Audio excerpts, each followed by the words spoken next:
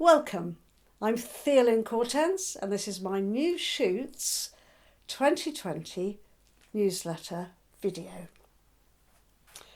Many years ago, I saw a cartoon, something that stuck in my mind. The cartoon showed a woman standing on the doorstep outside her front door, fumbling in her bag for the door keys. The caption underneath went as follows: Proverbs help you stay patient while waiting on the doorstep. Fairy tales give you back your keys. So that is why we're talking about Jack in the Beanstalk today, because old stories give us inspirations and real insights that help us on our spiritual journey. Jack, who sold the cow for beans instead of making sure he cut a deal for real money, turned out to be a mystical fool rather than an idiot. The beans were magic, and the stalk that grew overnight reached into the clouds, where Jack met a giant and managed to steal gold. Jack and the Beanstalk is a junior version of a classic archetypal myth where some mere mortal, often somebody really weak and feeble, attempts to steal gold, wisdom, knowledge, magical skills from a higher power, like a god, or maybe a giant. Prometheus, who stole fire from the gods, was severely punished by Zeus.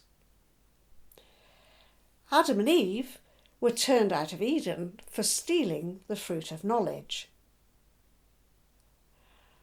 I firmly believe that we are entitled to co-create with the divine, and that we don't have to think of ourselves as getting punished. Meditation gives us access to the divine within us. That's where we find the gold. That's where we get turned on to the magic of creation, and there's no punishment involved. This is the time of year when we are encouraging our personal new shoots to grow.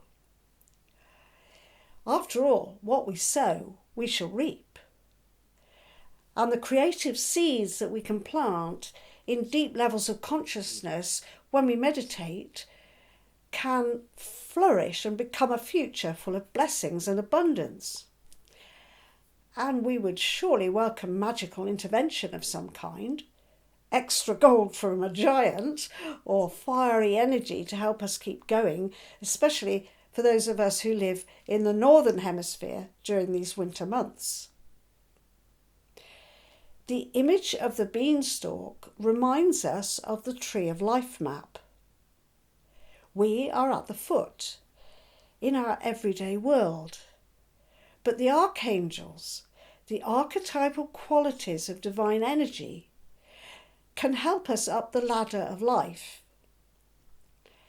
In mystical traditions, the journey of our soul is described as an ascent up a ladder.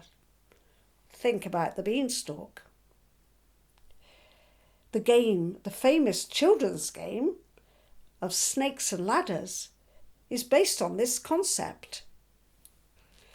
So the spiritual or creative new shoots we nurture right now, at this time of year, will play a part in our future.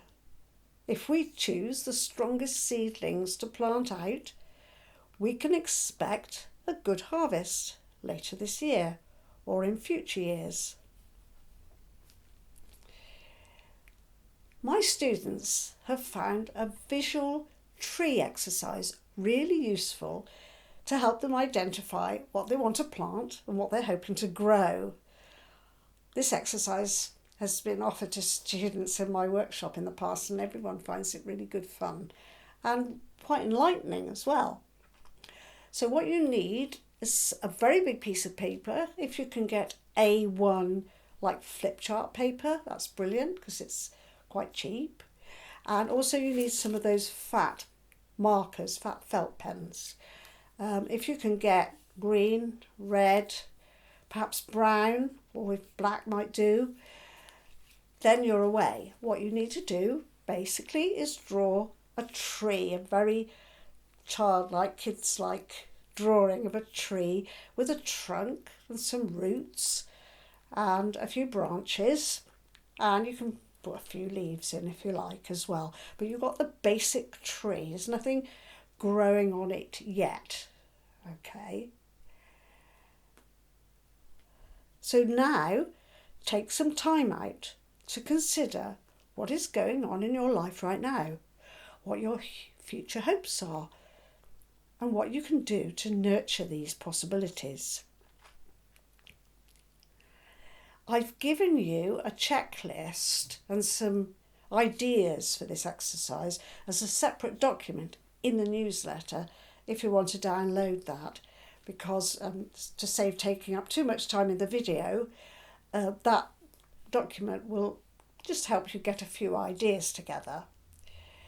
What you're looking for is to find little nuggets, little seeds of ideas of something that you might want to do this year to develop your life. It's not so much like holidays you want to go on and things like that. It's something more substantial for your personal development. And those are your seedlings.